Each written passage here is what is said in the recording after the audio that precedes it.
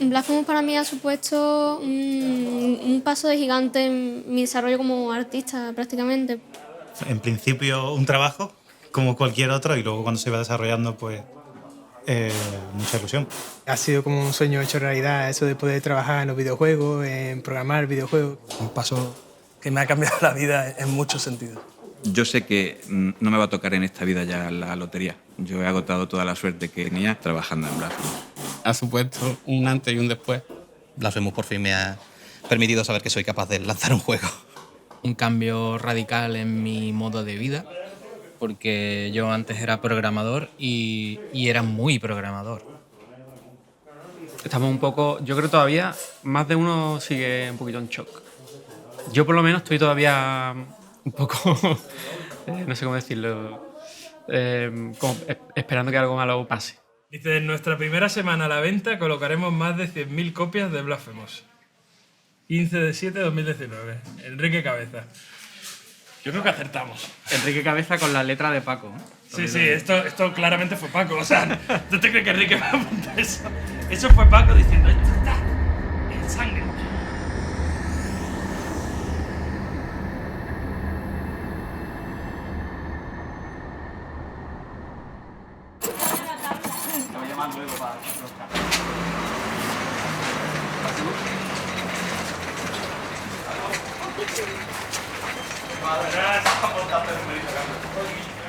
Michael, según tenga el día, toma americano expreso doble. Mauri suele tomar americano. Luego el resto toman sobre todo cafés con leche, cappuccino, algún cappuccino con chocolate blanco, pero el grueso, la plana mayor, cafés solos.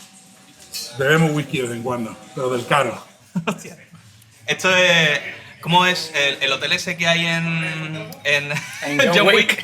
Es verdad. Aquí venimos a que nos una nuestra pasión.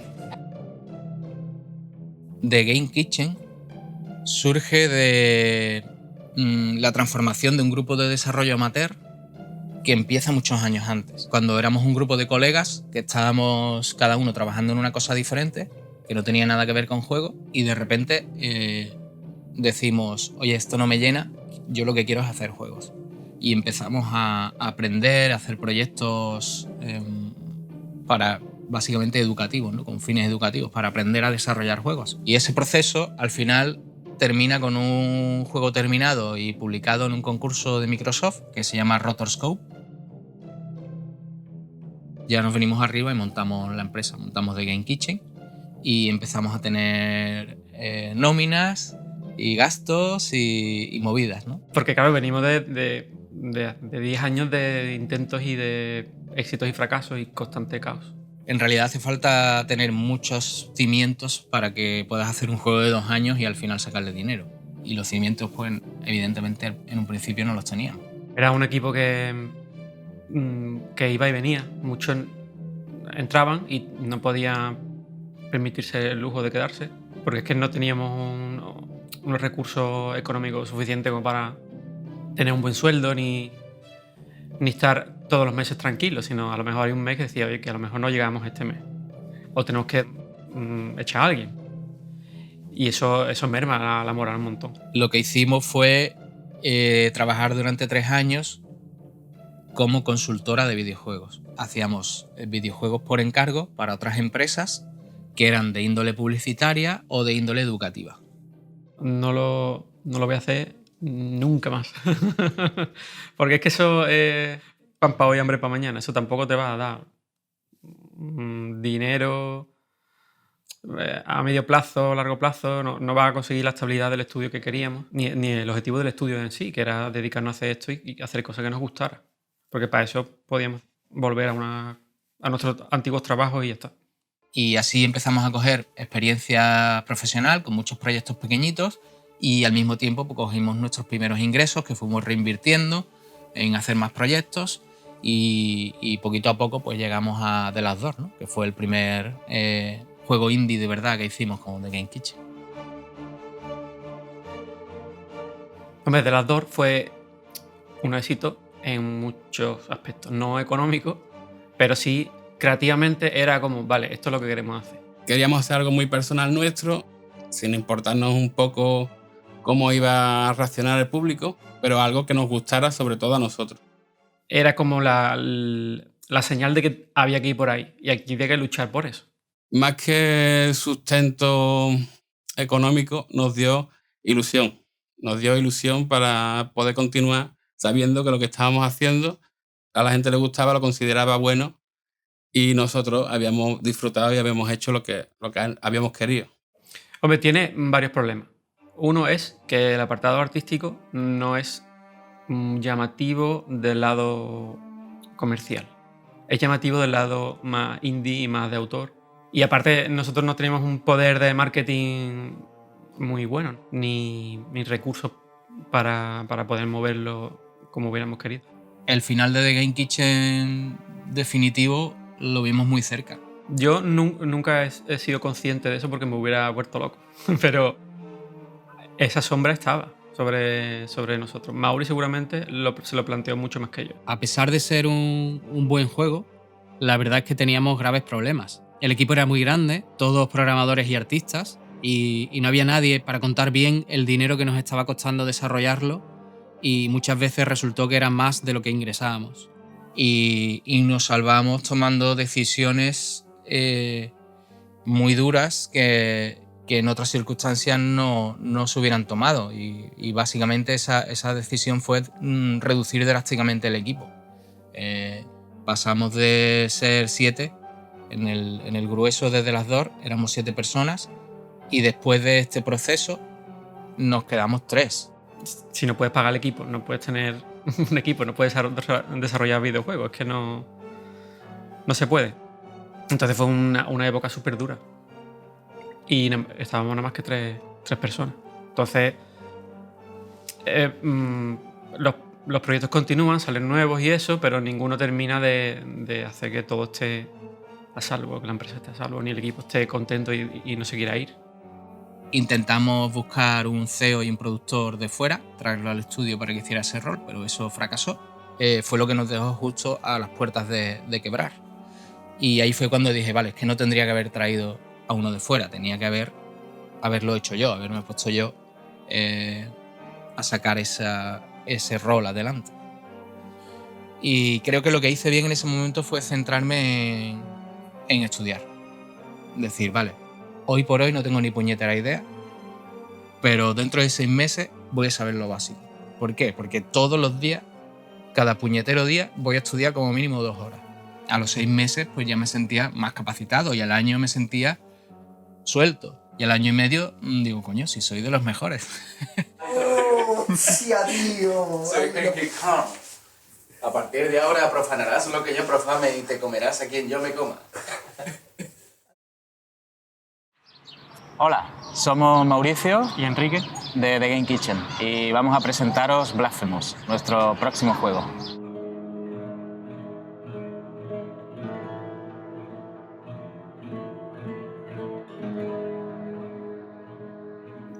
Tenía que hacer una especie de boceto, como ya hicimos con The Last Door, otro boceto, que sea viable, que lo pueda o pintar yo, hacer el arte yo, u otra persona. Al principio era como una especie de cazavampiro medio sacerdote extraño. Pero bueno, eso es así funcionan los mockups, al principio se hace eso. Cuando me enseñaron tanto Mauri como Enrique Cabeza los primeros concepts del penitente, claro, digo, hostia, es que es un nazareno, ninja samurái. Inmediatamente empecé a ver los problemas que iba a acarrear el tener un personaje con un capirote enorme. Entonces, este estilo dije yo, vale, esto lo puedo hacer y esto puede molar. Yo estoy contento con eso y es viable. Ahora, el juego puede ser más grande, más pequeño, más arcade, menos arcade, mucho más retro o no. Pero bueno, esto es un primer paso. La envergadura del proyecto, de primera hora queríamos que fuera grande. O sea, nosotros no queríamos hacer algo sencillo ni algo, queríamos dar todo lo mejor que pudiéramos. La idea de llevar el proyecto a Kickstarter viene de un concepto muy sencillo. No tenemos dinero para desarrollar este juego, de algún lado hay que sacarlo. Y bueno, el crowdfunding de The Last Door salió bien, pero era un crowdfunding mucho más pequeño, mucho más factible. Y para llevar a cabo necesitábamos mucho más. Entonces, claro que me salió por mi cabeza que no saliera, claro. Lo que hicimos fue plantear un Blasphemous así de grande, llevar a Kickstarter un Blasphemous mínimo, en plan, el mínimo Blasphemous viable, lo llevamos a Kickstarter, y luego, como Kickstarter fue muy bien, pues volvimos a la idea original de Blasphemous sin fronteras, ¿no? Blasphemous ahí a tope. Antes de llegar al crowdfunding, ya sabíamos cuáles eran los puntos fuertes, que era esa temática un poco gore, violenta, pero un poco grotesca, macabra. No fue hasta una animación muy concreta, que es la del ataque cargado, que de forma un poco, por iniciativa propia, le metí ciertos efectos de aura, de energía, del fervor, ¿no? Y gustó mucho, le gustó mucho a Enrique, y digamos que eso dio paso a que en Blasphemous se pudiera ver el despliegue de efectos especiales con el que al final se ha quedado. Eso tenía que poder enseñarse en un tráiler cortito y que el posible jugador o el posible mecenas viera muy claro el rollo de que iba el juego. Convencer a la gente de que te dé dinero tan pronto es muy complicado de conseguir. Tenía que tener animaciones chulas que mostraran ese aspecto del juego que queríamos. Poner todas las fichas en la mesa, ese puzzle, para que ese tráiler funcionara, fue jodido. Pero aún así creíamos que lo teníamos, que teníamos todos esos ingredientes y que por lo menos íbamos a poder sacar los 50.000 euros que necesitábamos para hacer el mínimo Blasphemous viable.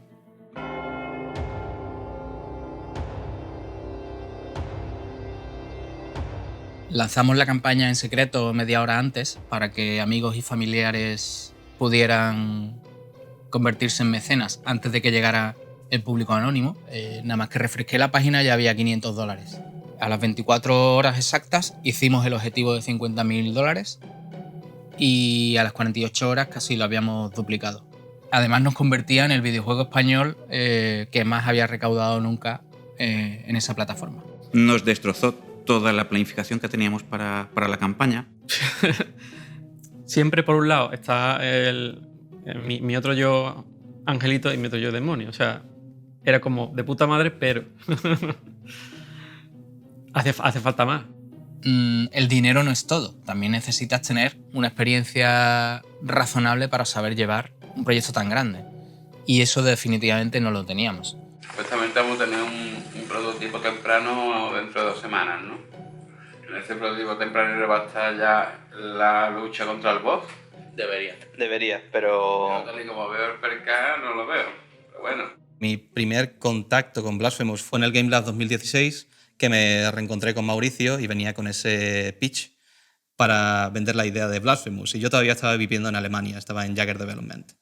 A Enrique Olinet lo conozco desde hace muchos años, cuando él era diseñador de niveles de mods de Counter-Strike y cosas así. No acabamos del todo bien en esa época en la que nos conocimos.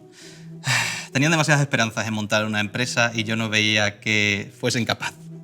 Después el destino te pega una buena hostia en la cara. Y durante la campaña de Kickstarter decidimos poner su persona como un stretch goal. Si llegamos a tanto dinero, contratamos a este tío. Yo estuve muy pendiente del Kickstarter, vamos, lo seguía todos los días. Los 2 primeros días estaba con el F5 y dándole a actualizar al móvil constantemente. Y recuerdo haberme ido al bar de un amigo a tomarme un buen copazo, ¿sabes? Cuando justamente llegó el Kickstarter a 120.000 euros, le dije, por fin tengo trabajo. Tengo una foto de ello. Vídeo. Es vídeo. Estoy haciendo panorámica. El último día de la campaña planteamos una mini fiesta.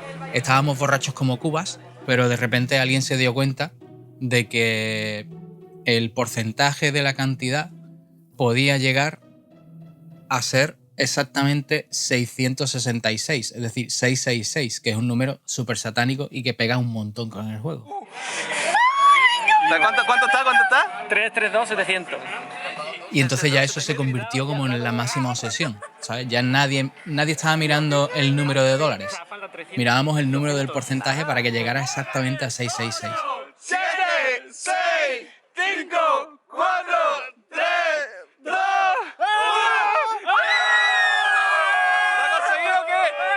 ¿Lo ha conseguido o qué? A ver. 3. Porcentaje 6.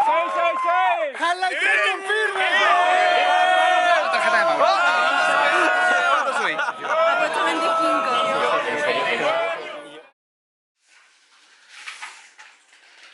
Han dicho que... No sé qué, para 2018. O sea, Gamescom 2018. Ahí tenemos que tener, ¿qué? No se sabe todavía, o sea, es simplemente unas fechas para empezar a trabajar. Vale. O sea, digamos que en esa feria iría el juego ya de la mano de Team 17. La elección del publisher fue complicada porque tuvimos muchas opciones. 25 ofertas de publisher muy gordos y muy interesantes todos. Entonces, claro, había que tener mucho cuidado a ver con quién firmamos, porque ya con The Last Door firmamos con uno, tuvimos una experiencia y queríamos que todos esos problemas que hayamos podido tener, que no pasaran con este. Tenemos que ir con alguien que tiene mucha experiencia y que nos ayudara. Queríamos tomar una decisión lo antes posible para poder anunciar oficialmente que iba a haber versión de consola. Y nos fuimos a un bar cofrade a tomar la decisión final de qué publisher cogíamos. Y cogimos a Team 17 por varios factores. El primero de ellos es porque tienen un historial como desarrolladores. Muy comprensivo en la situación que estábamos, totalmente comprensivo, fueron como los más cercanos, se interesaron por el proyecto a nivel también humano y a nivel como de estudio indie, más que solo del producto. La otra es que trabajan en nuestra zona horaria. Recordé una de las pocas cosas que me traje de otros proyectos como el Spec Ops, que era trabajar con un publisher que tiene una base de operaciones al otro lado del mundo. Y eso es increíblemente tedioso, es muy molesto el tener que esperar hasta las 8 o 9 de la noche para poder hablar con ellos. Y cuando dijeron Team 17 está en Reino Unido, ese, aunque las condiciones son un poco peores, coges ese porque va a ser todo mucho más fácil. Y la tercera razón es que su estrategia era ayudarnos durante la campaña de marketing, de crowdfunding, para asegurarnos de que cogíamos en el máximo posible libre de royalties y libre, por nuestra propia cuenta, y así minimizar el riesgo de tener que pedir dinero después. Siempre que Mauri trae gente de práctica o algo así, yo automáticamente digo, esto puede ser un problema porque hay que explicarle no sé qué. Y yo estoy como muy concentrado en mis cosas y no quiero tener que explicarle nada a nadie. Ellos se incorporaron cuando Blasphemous estaba todavía empezando y le dijimos, mira, aquí tenéis este marrón, que es coger The Last Door y volverlo a hacer de nuevo. Yo llegué en práctica de la universidad y empecé programando para The Last Door, los ports a consola. Bueno, primero la versión completa de The Last Door y después los ports a consola. Tenía que dejar ya en manos de los demás las cosas. No podía encargarme más de mirar el trabajo de todo el mundo. Entonces yo tuve que delegar un poco. Yo entro porque Enrique no puede más directamente, porque había una necesidad de diseñadores muy grande. Salí de bachillerato sin saber qué hacer con mi vida. Sabía que me gustaban los videojuegos y sabía que me gustaba dibujar, pero no tenía ni idea de qué hacer. Y gracias a la práctica del grado pude meterme en The Game Kitchen. Con Paula no tuve ninguna preocupación. Era muy exigente con los fondos que hacía. También es verdad que los fondos eran suyos, entonces tenían que quedar a su gusto. Empezó con The Last Door y me gustó mucho el trabajo porque enseguida empezó a hacer fondos que le daban 3.000 vueltas a los míos originales. No sabe qué es lo que no le gusta y yo no sabía entenderle, pero nada, al final nos acabamos conociendo mejor y entendiéndonos mejor el uno al otro. Va a ser mi mano derecha, totalmente, porque cuando yo no puedo hacer algo lo va a hacer ella. Fue una experiencia, yo creo que muy positiva para ellos, porque tenía el balance perfecto entre dificultad y desafío. En Blasphemous ya necesitábamos ayuda, necesitábamos un milagro para terminar a tiempo y conforme terminaron The Last Door, rápidamente lo incorporamos a Blasphemous porque necesitábamos toda la ayuda del mundo y lo hicieron muy bien.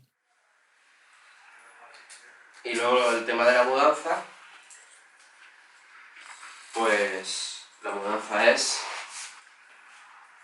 El lunes quieren empezar la obra. Y aparte te han dicho... Llevar los ordenadores implica llevar los ordenadores allí a República Argentina, ¿no? ¿Han estimado tiempo de la obra? un mes. ¿Un mes? Ah, eso está bien. Debería estar terminada antes de que termine el año. Vale, eso no es un mes. Eso es mes y medio. Lo que digo es que hay posibilidades de venir aquí antes de que sean Navidades. Probablemente no, porque ya te vas a plantar. Navidades empieza el 20. Vale.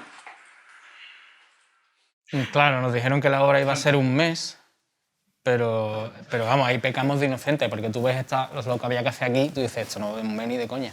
Y al final estuvimos casi 2 meses y medio. 2 meses y medio, algo así, casi 3 meses.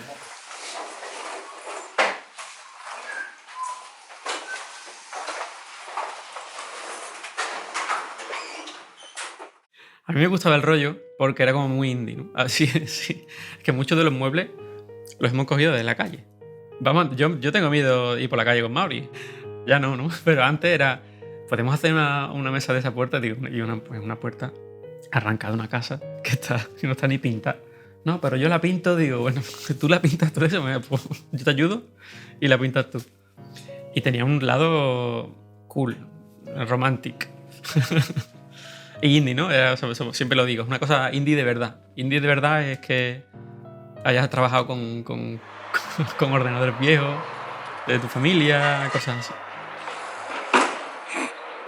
A mí personalmente el coworking no me disgustaba del todo. Es simplemente que las empresas que conviven allí tienen un mindset completamente diferente los unos de los otros. Nosotros somos una empresa que necesita comunicarse constantemente, hablar con los demás y mantener un relativo silencio. Era más coñazo porque teníamos que coger el metro, estaba lejos, había gente desconocida. Recuerdo que Paco incluso una mañana pegó el golpe en la mesa y dijo, ya está, no aguanto más. Y se fue a casa a trabajar porque no aguantaba más tanto ruido, tantas risas, tanto no sé qué. A ver, que sí. No tira, tío. Me cago en su muerte. Algo que se ha hecho ahora. No sentíamos que se fuese nuestro lugar. Nuestro lugar se estaba construyendo en ese momento y queríamos salir de allí lo antes posible, evidentemente. ¡Enrique! Entonces, claro, cuando la oficina nueva está terminada, el suelo es como de maderita, hay una pizarra que se ilumina, que ocupa toda la pared, pues la leche. Y estábamos muchísimo más cómodos, teníamos sillas. Todo el equipo tenía sillas buenas, el mismo estilo de silla, no cada uno, una gaming, otra de madera, otra no. Teníamos todo lo necesario para en ese momento poder hacer Blasphemous. Lo complicado fue intentar que fuera una cosa muy profesional y muy útil para nuestro tipo de curro, intentando quedarnos el presupuesto lo mínimo posible, porque no queríamos meterle un bocado muy grande al dinero que habíamos conseguido en crowdfunding. Nos hizo darnos cuenta de que a lo mejor ya nos teníamos que tomar las cosas de una manera más seria. Ahora éramos gente en un estudio de videojuegos con un producto que no sabíamos si iba a funcionar. Entra. ¡Croqueta, ¡Qué bajonero! Yo te me has sacado un cubo de croquetas. Ay, perdón. Yo que me lo han dado. ¿Tú ibas por la calle con eso? Yo iba por la calle con esto, pero yo no, por aquí yo. Y la gente te llamaba croquetero. Primero una sonata en plan Chopin.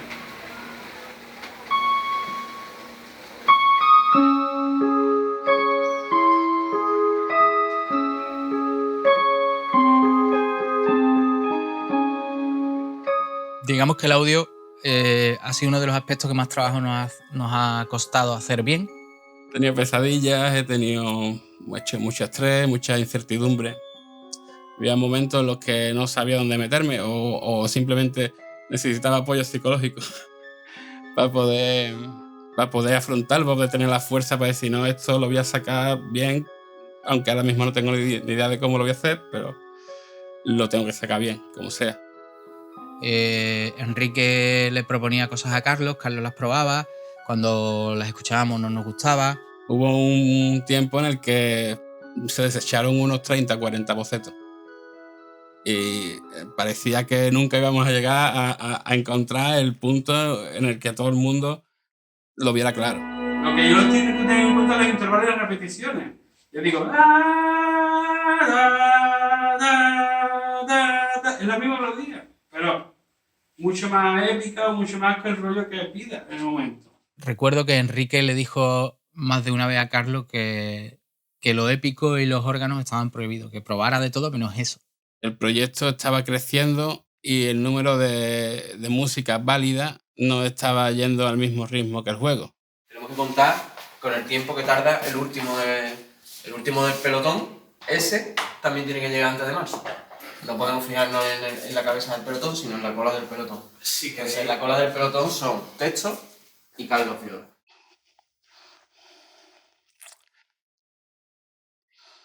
Pues el estrés es constante. El estrés es... Me parece lo del bien y el mal, un poquito de bien, un poquito de mal. Espérate, que no te he puesto el resultado. Te he puesto 2 piezas. ¿Vale? Espérate, dije, no me estás entendiendo. Hice unos cuantos de bocetos, uno de ellos gustó, quería que fuera algo propio de nuestra cultura, pero no queríamos que fuera algo evidente, ni una marcha cofrade, ni un tema flamenco y ponerlo directamente. Igual que para el resto de las cosas, buscábamos que tuviera una identidad propia. No queríamos que el sonido de Blasphemous fuera un sonido MIDI, un sonido virtual. Queríamos que un sonido lo más natural posible.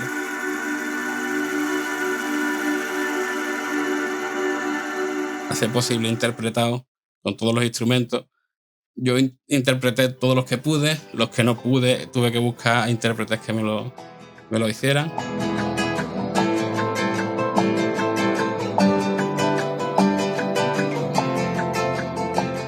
Investigando descubrí que había un kit de zanfoña que se podría descargar y se podría montar y se podría usar como por lo menos para intentarlo.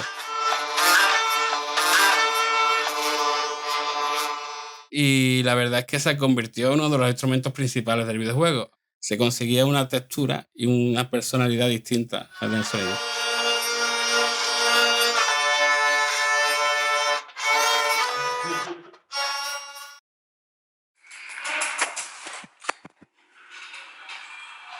Nos han ofrecido 20 horas de mentor el año que viene en Málaga. En el EOI de Málaga. La verdad es que no termino de recordar cuándo fue la primera vez que los conocí. Pero vamos, principalmente de las quedadas estas que se hacían aquí en Sevilla. Michael es un buen amigo. Lo conocíamos del gremio, de las quedadas de desarrolladores aquí en Sevilla, y es alguien que nos caía muy bien. Entonces yo en Málaga lo veía a menudo cuando iba a hacer mis mentorías allí. Venía mucho al polo de contenidos digitales, que es donde yo trabajaba, donde tenía la oficina de Genera. Y una vez me dijo, estoy un poco harto de esto y voy a empezar a echar currículum.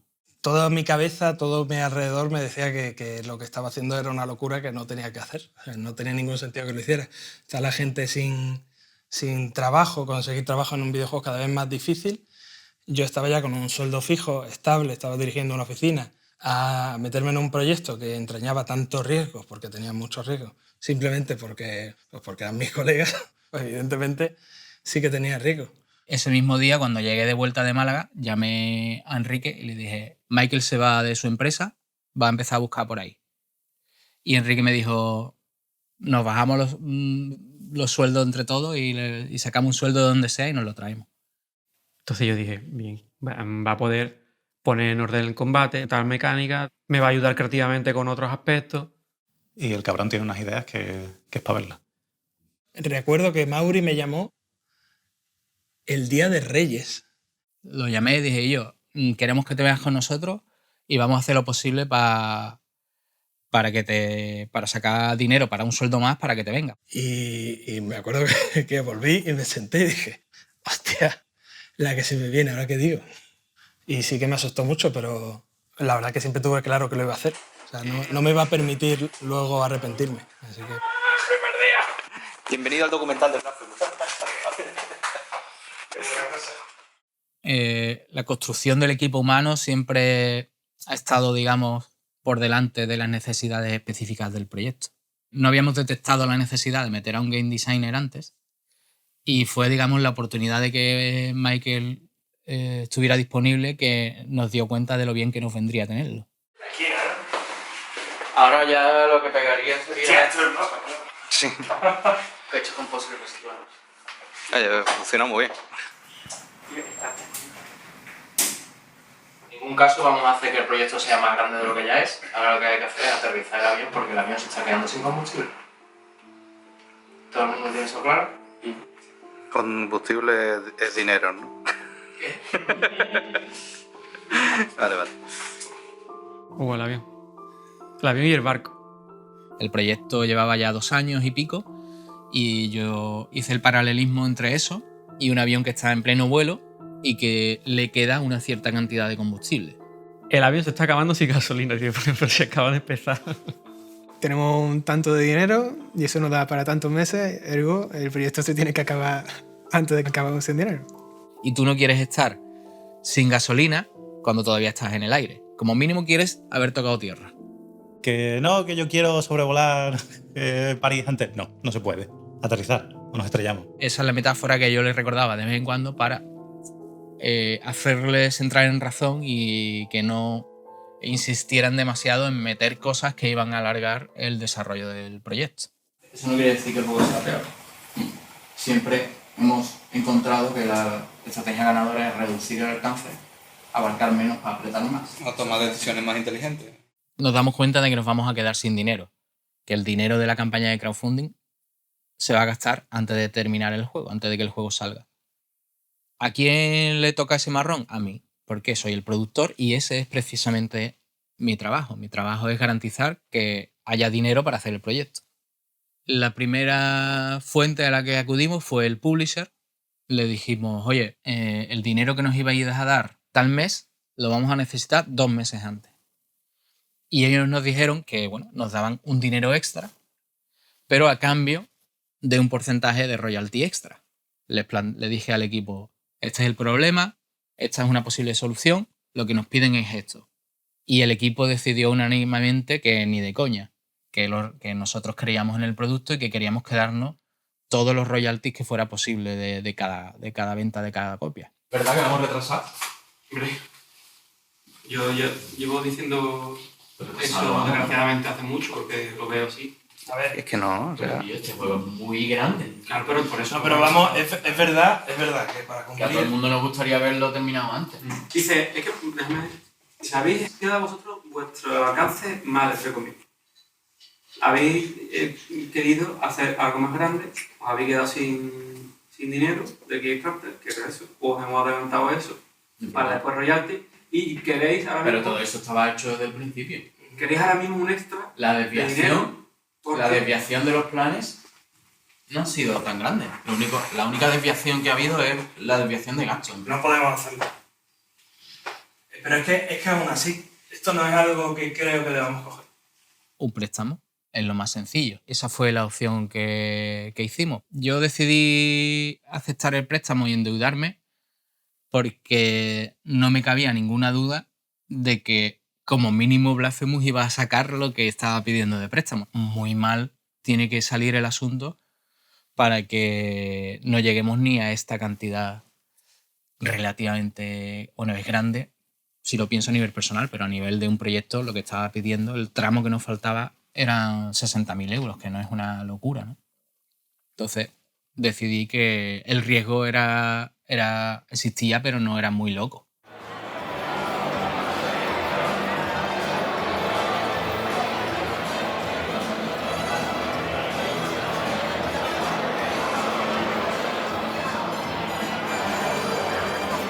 Hicimos varios prototipos, uno como más artístico y otro de diseño de nivel, que eran con las cajas grises estas.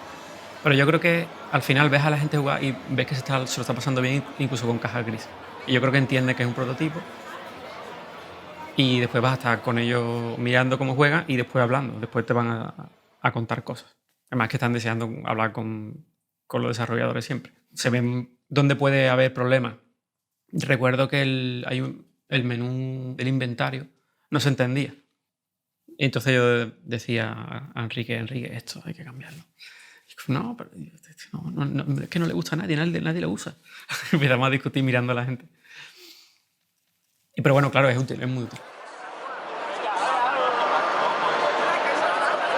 También John Romero fue la leche, porque Blasphemous en principio, en origen, tiene algo de Doom. En el Fan and Sirio vi esa pelana. Entonces digo, Mauri, toma, encárgate de hablar con él. Yo me pongo al lado, pero encárgate tú de hablar con él. Y esto es muy guay. Le moló mucho el nombre, dijo Blasphemous, y se quedó como, este nombre mola, tiene algo que me gusta. Y estuvo guay, fue una experiencia chula. Bueno, son cerca de las 12 de la noche y estoy pasando ahora mismo por las setas de Sevilla. Me voy para Madrid a hacer durante 48 horas unas sesiones de grabación para la sonorización del juego en inglés. Cuando me dieron la posibilidad de dirigir la sonorización en inglés y dirigir a los actores y conocerlos y tal, pues fue un momento bonito porque no hace más que reafirmar que te estás acercando a los pasos finales de un desarrollo. ¡Chorritos! Vale, pues, Scott, hacemos una cosita, ¿vale? Grabamos, paramos, renombro y te voy diciendo grabando. Y vamos a la siguiente, ¿te parece? Ok. Regretful be the heart, penitent one. The anguish of the eldest brother has now come to an end. Penitent one, you who carry the painful guilt in your cracked hands. Entonces fue guay. Fue una carrera de locos, completamente. Fueron 36 horas las que tuve que grabar pues, a todos los actores. No eran muchas líneas, porque Blasphemous no tiene más de 500 líneas. Pero fue muy difícil. Fue una carrera en la que teníamos que ir saltando de un actor a otro, de un estudio a otro, de una hora a otra, en pleno Madrid. O sea, fue una locura, pero mereció la pena. For the love of the high wills, make the sound cease. Vale. Está muy guay. Nada, ya está. Pues el making of en 4K, ¿no? Terminó. Se terminó. Pasas aquí. The sound cease.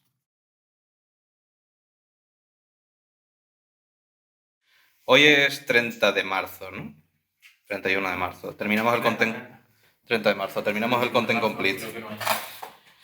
A partir de este punto ya no podemos meter nada nuevo. Ya tenemos que tirar con lo que hay. Polishing, backfixing y bueno, y tal y cual. Lo hemos solucionado de una manera, pero lo hemos solucionado. No, todavía no está seguro. El Rainbow bien está... Bueno, sí está. La mecánica bien de cogerte el punto que te avise, que eso no está todo bien. Pero la carita de Michael. Me llenas de terror cuando dices eso. ¿Por qué dices eso? Porque había que hacer un efecto. No. Del que hablamos. No, el efecto lo dejamos. No íbamos a meter el efecto. No me íbamos a meterlo. No sé.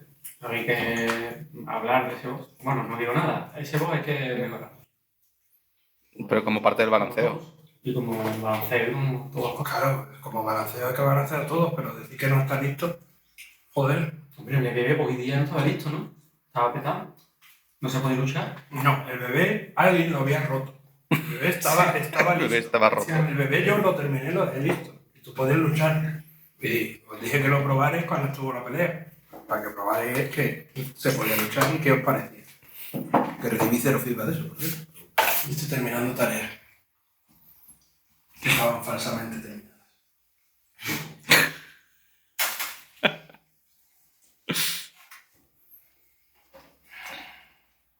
¡Alegría! ¿Por qué discutíamos tanto? Bueno, o sea, en ese momento discutíamos porque estábamos en una situación de mucha presión, estamos echando más horas de las que debíamos, teníamos mucha inseguridad de cómo iba esto con respecto al publisher, de si esto iba a funcionar o no, nos estábamos jugando esto, se acababa el dinero.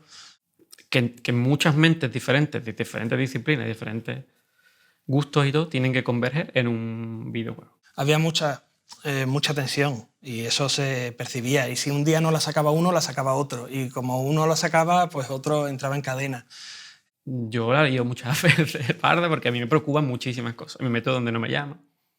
Me preocupo antes de que se preocupe la persona que se va a encargar de eso, que es una cosa a lo mejor de código que yo no entiendo, pero ya estoy por encima y diciéndole, oye, que esto... A ver, no ha sido... redundan directamente en tu calidad de vida. Vale, muy bien, pero no ha sido eficiente, es precisamente lo que no quería escuchar después de haber estado trabajando. Pero si es que yo no te he dicho que no haya sido eficiente, cabrón, te lo estás tomando a la defensiva. No, a la defensiva me estás haciendo una... Es que es una acusación directa. No es una acusación. Me has dicho que no es una acusación. Que está mal, tío, que está muy mal, necesito unas palabras de aliento. Él se llevaba una gran parte de la tensión que nosotros no veíamos, hacía de tapón con su papel de productor y él estaba bajo muchísima presión. A mí muchas veces mis compañeros me han tenido que llamar la atención, de decir, y yo les he hablado muy mal a tal persona. Y yo decía, hostia, es verdad. Y entonces iba y me disculpaba. Y sí es verdad que había casos en los que hablaba mal. De hecho, empezamos a tener la coña de lo de CNV, comunicación no violenta, y le decíamos a Mauri cuando se pasaba CNV. Sobre todo porque hay algunos miembros del equipo que no se atrevían a lo mejor a contestar. Y yo digo que yo vea esto el mejor planteamiento, pero tampoco veo que sea el peor. O sea, yo creo que debería... igual lo que tú digas. Eso es una respuesta. Ya lo sé tu contra. Entonces, pues quizás Bacha y yo, que éramos los que teníamos menos tapujos para decirle algo a Mauri, pues le decíamos, y yo, estás colando. Lo agradezco mucho cuando la gente me lo dice porque yo en el momento no me doy cuenta. Y creo que cada vez lo hago menos. La verdad que es algo a lo que creo que le pusimos solución entre todos como equipo. Fue una crisis más, no fue algo de Mauri, no fue nosotros contra Mauri o Mauri contra nosotros. Fue una crisis de equipo y la tratamos como tal. Lo penitente parece una pegatina en muchos escenarios, tío. Y yo no saqué eso... Eso es. Los escenarios cuyo arte no es pixel art. ¿A ti se te ha metido eso entre...? Es verdad. Míralo, haz zoom porque... Hombre, eso está compuesto de píxeles, pero eso no quiere decir que sea pixel art. ¿En qué escenario no es pixel art? Todo lo que se ha hecho una rotoscopia, básicamente. Coger el concepto de Nerking y pintar encima como si fuera rotoscopia. Es un... Pero yo no creo que no haya quedado como pixel art, ¿no? Al contrario. Queda muy bien. Lo que pasa es que el estilo es diferente, se nota una diferencia de estilo. Pero... Y en particular, no sé si a lo mejor con Enrique es con el que más tensiones tengo. Somos opuestos. Él es más tranquilo, por un lado, yo soy más nervioso y yo veo el fracaso a 20.000 leguas. Muchas veces, claro, su trabajo es hacer que el juego tenga más y mejor, y el mío es que se termine a tiempo. No, eso es completamente imposible. Menos en verano, ¿no? El verano ha sido cancelado. Hemos sido engañados. Entonces yo me anticipo a muchas cosas y quiero tenerlo todo bajo control. Y Mauri se preocupa lógicamente de la producción, pero también del marketing. Y yo no llevo nada bien el marketing, no me gusta, no me interesa, no conecto con cierto tipo de marketing. El marketing en general no, pero hay ciertas cosas de enseñar, de hablar, que yo no conecto con ello ni me interesa realmente, me da igual. ¿Por qué tenemos que enseñar este tweet diciendo mira nuestra oficina? Me da igual, no quiero... Ni siquiera me gusta hablar aquí en este documental. ¿Por qué tengo que hablar yo si yo no soy importante? Lo importante será el juego. Eso nos coloca somos como archienemigos, condenados a entendernos. No es todo bello y bonito, pero funciona. Y desde luego la imagen que queremos dar tiene que estar clara. Si no está clara, hecho una por la cruz y de repente... Hace tiempo que no grababa. Dios mío. ¿Tú qué página has hecho? La de la consejería. Tú enséñame. Son 50 juegos. El rebufo ese. Yo lo haría... Hubo un momento cercano al lanzamiento del juego en el que nos volvemos a quedar sin dinero y sin opciones. Ya la línea de crédito estaba agotada, el publisher no podía soltar más pasta. Había como dos opciones.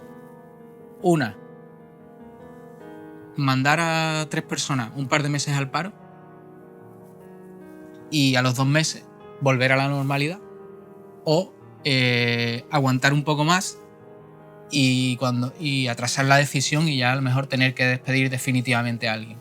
Era descorazonador porque todo el proyecto estaba tambaleándose y estábamos muy cerquita de la meta. Claro que vi Fantasmas del pasado, así que ya los he vivido tantas veces que no me sorprendía realmente. Llega un momento en que no te sorprende eso.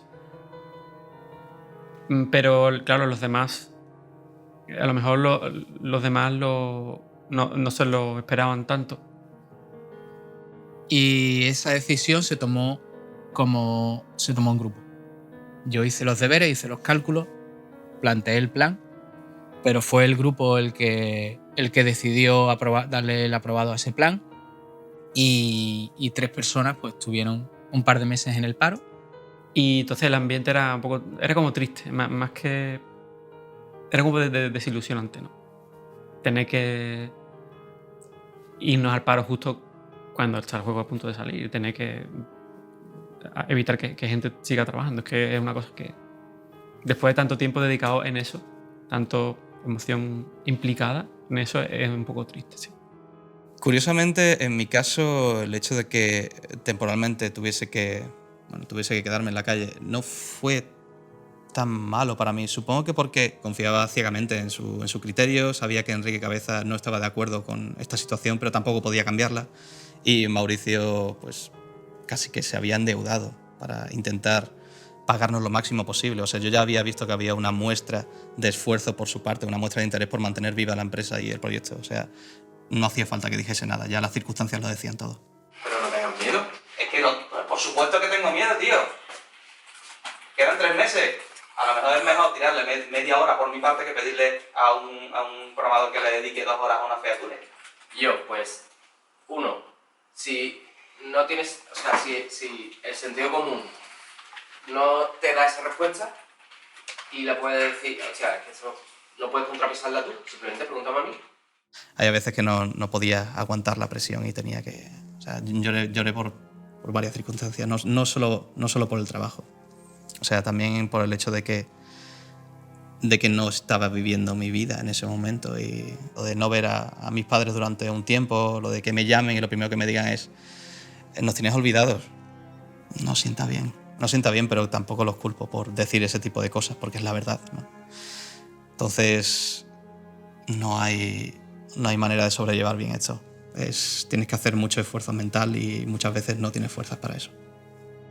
Tuve un momento de una baja autoestima brutal y tenía un síndrome del impostor que no podía conmigo, entonces la ansiedad...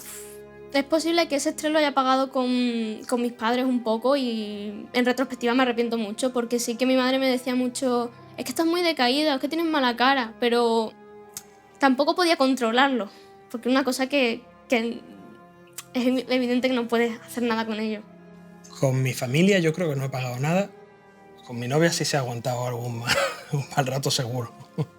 Entonces fueron unos meses muy duros, de muchísimo trabajo, de tensiones, estábamos que nos queríamos tirar de los pelos, los que tienen pelo.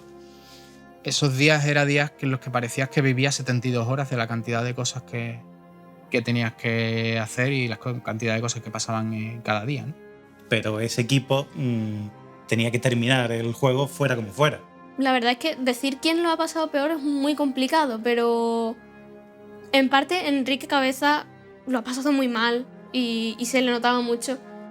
Porque a nivel personal era el que más implicación creativa creo que tenía en el proyecto, claramente. O sea, la idea del juego era suya, el velar por la imagen que tenía él era muy importante. Y luego además que Enrique pues, es una persona que le afecta más las crisis, entonces los nervios eso lo llevaba peor. Donde lo he pasado peor es en los momentos de ansiedad del trabajo. La incertidumbre tan grande que hay en el desarrollo y en la carrera que hemos tenido es enorme. Y eso no lo controlaba bien y seguramente no lo sigues controlando en mucho tiempo porque es que me importa, es casi lo que más me importa durante el desarrollo de videojuegos es el proyecto y el equipo y la empresa. Y al importarte tanto, te preocupas un montón y esa preocupación a veces no puedes controlar, son demasiadas. Y lo he pasado mal en ese sentido, de no llegar a mi casa sino estar todo el día mal. Eso es la peor parte, por lo menos en mi caso. Tío, ¿qué ha pasado? Tío, he puesto el altavoz, ¿vale? Sí. Estoy aquí con Paula y Santi. ¿Vale? Vale. Que, bueno, yo lo que sé es que a Enrique le ha dado un ataque de ansiedad hipervasto. ¿Le ha dado un ataque... ¿Que le ha dado un ataque de ansiedad qué? Hipervasto. Hipervasto. Vale. Sí, muy vasto. Vale. Y que está bloqueado en la cama y no sabe qué hacer y se ha tomado no sé cuántas pastillas y está que no puede ir.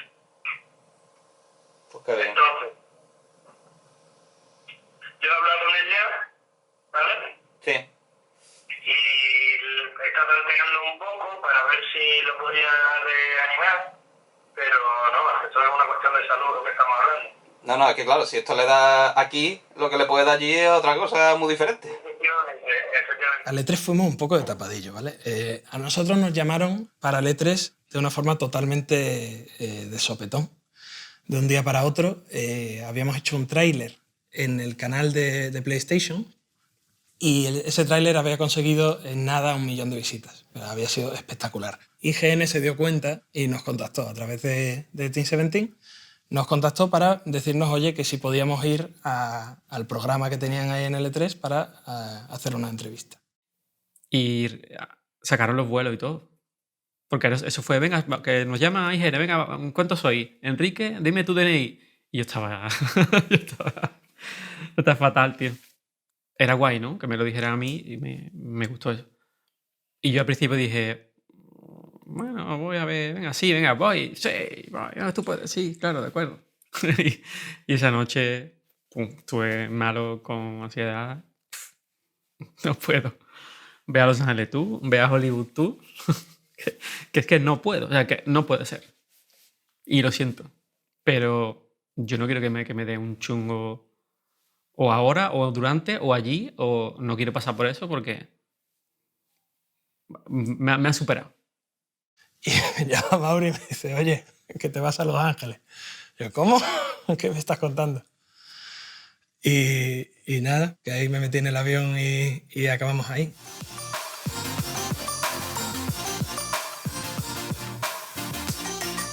Welcome back to IGN Live. I'm Damon Hatfield, and joining me to talk about one of the goriest 2D games I've ever seen is IGN's Doug Duggan and Miguel Ortega, designer of the game, which is Blasphemous. Yeah. Welcome to the IGN stage. Thank you. This game looks very cool, looks very relevant to my interests.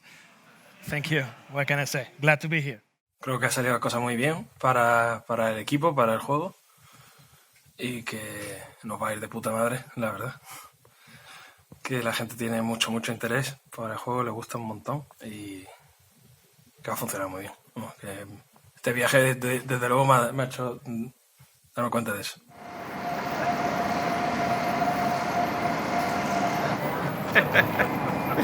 Ha llegado. Coño, no te Volvemos esperaba a casa. Aquí, literal. Misión cumplida, ¿no? Espera. ¿Me traes algo? Una camiseta de seda. ¿Me traes cositas del E3? ¡Wow! ¡Que lo hemos petado!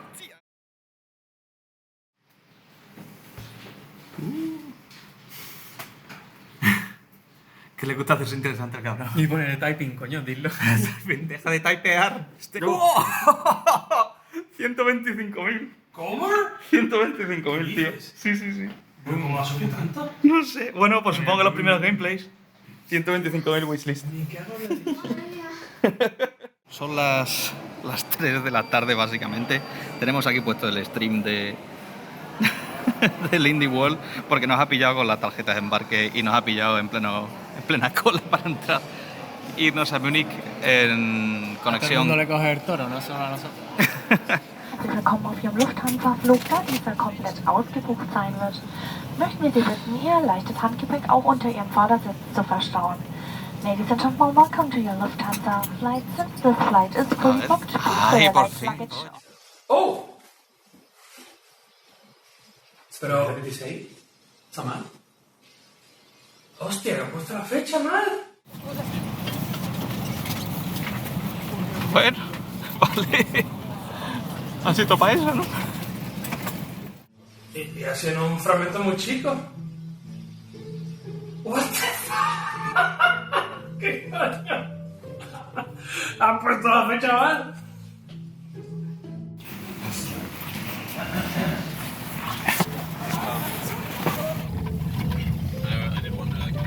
Great example, Lisa. Squilling an ad. Yeah, do you have these videos? Because we could use this. Yeah, but Mauricio has other plans with that. Like, if he doesn't want you guys to see. No me suele gustar enseñar mucho las cosas cuando no están, por lo menos que luzcan un poquito, ¿eh? Soy un poco así. Pero a Mauri o a Enrique Colinet siempre le gusta enseñarlo cuanto antes para ver a la gente cómo reacciona y eso. Y yo creo que sí es útil. Bueno, ya hemos terminado estos 3 días, que han sido 60 entrevistas, más de 60 entrevistas las he contado. Y el feedback en general ha sido súper bueno. O sea, hemos tenido el 80% de las entrevistas que hemos tenido son de gente que no habían jugado por supuesto, pero visto o leído o oído nada de Blasphemous. Sí, visto el tráiler, el último que salió. Exacto. Y de repente pues nos encontramos con un montón de gente que no sabía nada de Blasphemous, pues salen de aquí pues encantados y diciendo que quieren jugar más, que lo quieren comprar incluso en 2 plataformas. O sea, hemos tenido un feedback Hemos tenido que echarlos del stand porque todo el mundo estaba hiper picado y a todos había que decirle, yo ha llegado el siguiente, por favor, abandone las premisas. Yeah. Yo, say hola. Hola, amigos.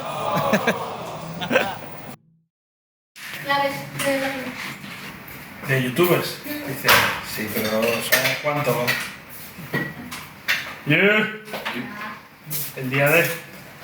¿A partir de qué hora empiezan a publicarse las notas de Metacritic? Pues Metacritic creo que empieza a ser activa hoy. Hoy vamos a ver las primeras notas de Blasphemous. Hacer un esfuerzo por imponeros a vosotros mismos un poquito de relajo. Everything is fine. El día de salida del juego, yo no lo recuerdo como que fuera, como que estuviera amargado. Lo recuerdo como que estaba abrumado, en plan, a ver qué pasa hoy. Algo va a reventar, porque siempre revienta algo, y tengo que estar muy pendiente para darme cuenta de lo antes posible de los fallos que pueda haber. Yo había pasado por el infierno, como siempre digo. Yo voy al infierno y vuelvo.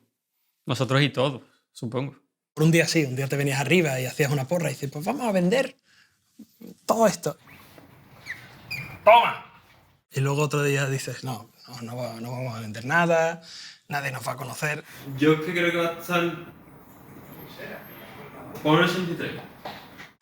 Un carrusel. Hay una inseguridad muy grande antes del lanzamiento.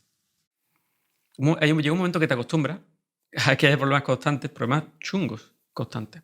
Entonces yo llego, en esa época ya desde la salida, yo estaba ya como que venga lo que sea, vamos a estar ahí para solucionarlo. En un momento dado se solucionará. Hoy es un gran día. Hoy es un gran día. ¿Por los paques? No.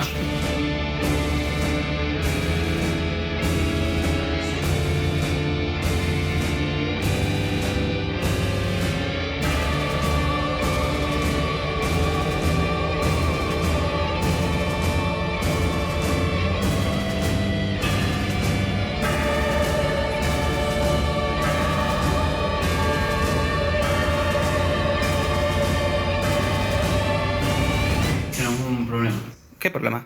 100 está saliendo en 100, ¿qué es? Que no está saliendo la 105, sino la 100. No me jodas. Ojalá los lanzamientos algún día se puedan vivir con una seguridad de tenerlo todo atado y bien atado y sentarte en un sofá y decir, voy a sentarme a ver cómo el mundo arde. Yo no me creía nada. Yo me lo empecé a creer.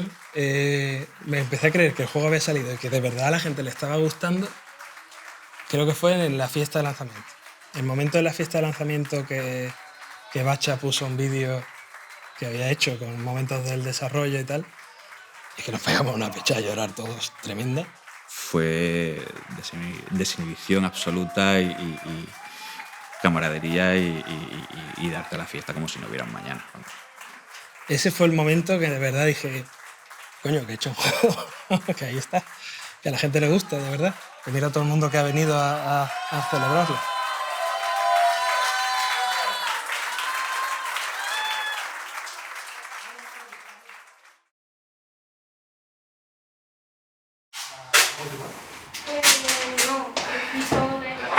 Si lo quieres poner todo envueltos en algo.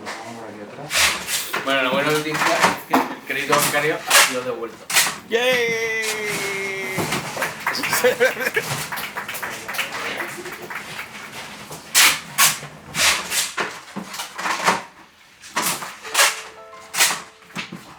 Si pudiera hablar con el Michael del pasado, ¿no? Y decirle algún consejo, hay ciertos archivos de código ignotos, lo que le diría que no entre nunca, que nunca brilla la luz, que no hay nada bueno va a salir de ahí, que no pierda horas. Le diría, pídele al publisher más de lo que necesitas. Le diría, tranquilo, que va a salir bien. Que lo haga con los ojos cerrados y que no tenga miedo y que disfrute del viaje. Le diría que tendría que estar un poquillo más seguro de lo que está haciendo. Veía cosas en el código y yo decía, esto puede dar problemas. Pero si está así hecho, será por algo. Y lo dejábamos ahí, cocinar, y después saltaban los problemas y... Vaya, debería de haber dicho algo, debería de haber levantado la mano y preguntar. Mi Enrique de niño estaría muy orgulloso de mi Enrique adulto. A pesar de que lo hayamos pasado canutas, ¿no? Es que no me arrepiento de nada de lo que he hecho en el juego y de haber venido a la empresa.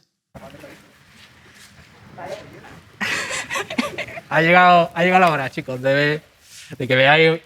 Yo sé que habéis visto fotos, pero la realidad supera la ficción de las fotos. ¡Venga, chicos! Cuando atravesamos el dintel de la puerta, era difícil de creer, ¿no? Decir que estas son nuestras oficinas ahora, ¿no? Entonces, era como una mañana de Reyes, totalmente. Entonces, como creadores, yo creo que valoramos el éxito de otra manera, más que económicamente, sino que hay un montón de youtubers poniendo eso, en los trailers se vean en todos lados, entre todos los países pendientes, estamos todo el rato en internet buscando Blasphemous, ordenando por fecha. De repente abrir Instagram y verte a un tío que está en Filipinas y se ha hecho un tatuaje del penitente en el brazo. Recuerdo que estaba con Michael alojado en un hotel allí en Bilbao y recuerdo que estaba en la calle y había un flamante coche allí, maravilloso, de lujo, con el rótulo de Fan & Sirio. Dije, qué bonito. A lo mejor algún día puedo ir yo en un coche de esos. Pues fíjate que para la gala nos llevaron a todos a donde se celebraba el evento en uno de esos coches. Entonces fue precioso. Dicen, Blasphemous. Y cerré los ojos. Dije, bueno, pues nada. Confiaba en que solo subiera Mauri, pero nada, Mauri se dio la vuelta y nos dijo a Michael y a mí, venid para acá, que vosotros también subís arriba. Todavía se nos hacía duro pensar que el juego había salido de nuestra oficinilla allí en calle Goya y de repente pues estaba ahí para todo el mundo, para que lo jugase. Yo, sinceramente, en esos primeros días no podía ver a la gente jugar.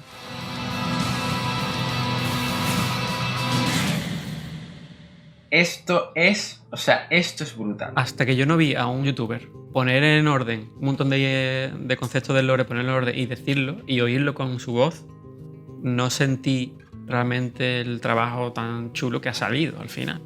Verlo rulando en la Switch, joder, ahí sí que lloré. Ver a alguien de Ohio haciéndose un cosplay con un capirote de nazareno, ¿sabes? En Ohio. te vea la gente que llevas tu identificación aquí de The Game Kitchen y te paren y te digan, oye, ha sido genial, muchas gracias y tal, eso es precioso, no se puede comparar. Ha merecido muchísimo la pena, o sea, no tengo ninguna duda. Es más probable que haya llorado por haber visto lo guay que ha quedado algo en el juego que por los problemas que hayamos pasado. Yo imaginaba que terminaría Blasphemous y acabaría yéndome de vuelta a Alemania pidiendo perdón a los que me dieron trabajo allí y al final tuvieron que decirme adiós. Ahora no vamos a hacer lo que hay que hacer, vamos a hacer lo que queremos hacer. Me gustaría que fuésemos, pues, a lo mejor no de los mejores, pero sí de los más recordados. Siempre he creído que era importante para nosotros tener una buena relación personal y querernos como personas y como amigos. Creo que ha sido la clave de haber podido superar algunos momentos profesionales muy complicados. Momentos profesionales en los que la empresa se queda sin dinero y hay que tomar una decisión dura. Nunca creamos la empresa con el fin de que diera dinero para sus inversores o sus dueños, que somos nosotros mismos, sino que se creó como para llegar a un punto en el que pudiéramos crear cosas y vivir de ello. Porque en el fondo la empresa no es más que un vehículo, una forma para que esta familia haga juegos y se dedique a hacer juegos y a vivir de esto.